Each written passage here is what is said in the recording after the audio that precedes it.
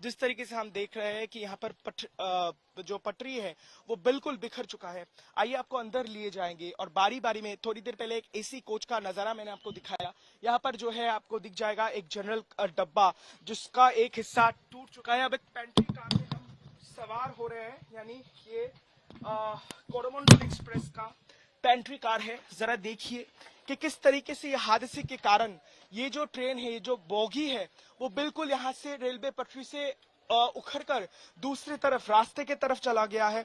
और यहाँ पर का जो सिचुएशन है बहुत ही खराब है। मैं मेरे कैमरा सहयोगी को थोड़ा हेल्प करूंगा, शायद आप हमारे साथ बने रहेंगे, आप समझ सकते होंगे किस तरीके की स्थिति है, क्योंकि ये अंदर का जो नजारा है बेहद दुखदेह है। एक तरफ ये पेंट्री कार है कोरोमंडल एक्सप्रेस का, उस दूसरी तरफ आप देख सकते हैं आगे वाला जो बॉगी है बिल्कुल वो तहस तहस हो चुका है। एनडीआरएफ की जो टीम है वो अपने जो साजो सामान लिए हुए यहाँ पर पहुंच चुके हैं। आगे वाला जो हिस्सा बहुत खराब है। अब थोड़ा अंदर लिए जाएंगे।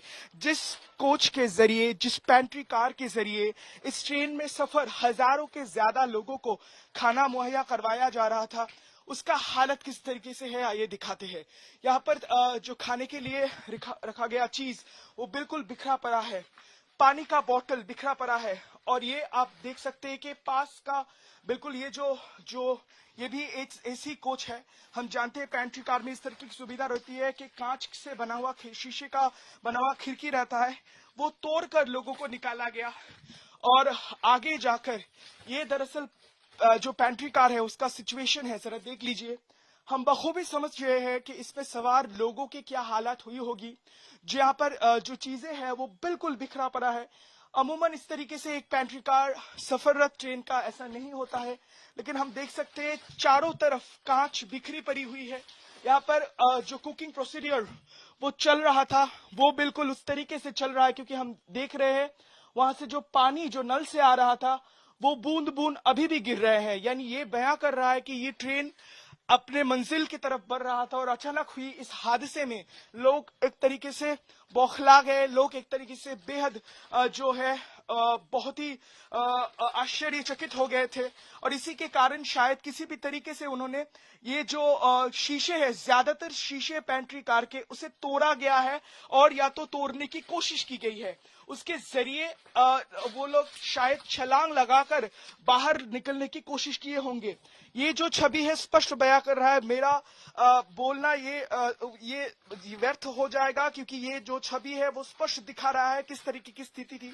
हमने थोड़ी देर पहले एक एसी कोच के जो मंजर है हमारे दर्शकों तक पहुंचाया। उसके साथ साथ जो गाड़ी जो है जिसका हिस्सा बिल्कुल टूट गया था वो दिखा रहे हैं।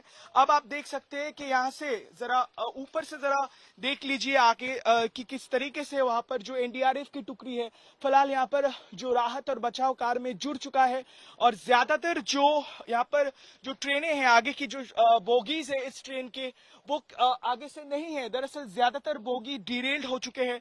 और अगर दूसरी तरफ नजर दौड़ाएंगे तो वहां पर भी वही मंजर है, आपको दिख जाएगा। और इसी तरीके से जो है आपको दिख जाएगा कि ये जो स्थिति है बेहद गंभीर स्थिति है। हम समझ रहे हैं कि किस तरीके से ये हादसा हुआ होगा। थोड़ी देर पहले हमें आपको बताया कि ये फिलहाल मौजूदा हालत में इंफॉर्मेशन क्या दी जा रही है, किस तरीके से यह हादसा हुआ है। लेकिन ये तफ्तीश का विषय है कि किस कारण से ये सब हुआ, क्योंकि अगर 4 अलग अलग पटरी है, 4 अलग अलग पटरी हमें बताया जा रहा है।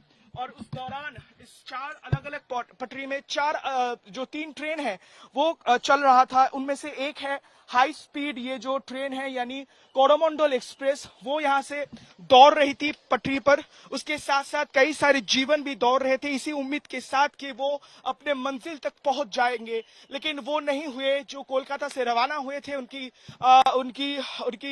जो उनको जाना था, पहुंचना था चेन्नई, लेकिन नहीं हो पाया। लेकिन हम आपको दिखाएंगे कि किस तरीके से यहाँ पर जितने सारे कोचेस है वो बिल्कुल बिखर चुका है। और जो गुड्स ट्रेन जो आउटर लाइन में खड़ा हुआ था, रुका हुआ था, वो भी सबसे ज्यादा जो है क्षतिग्रस्त हुआ है।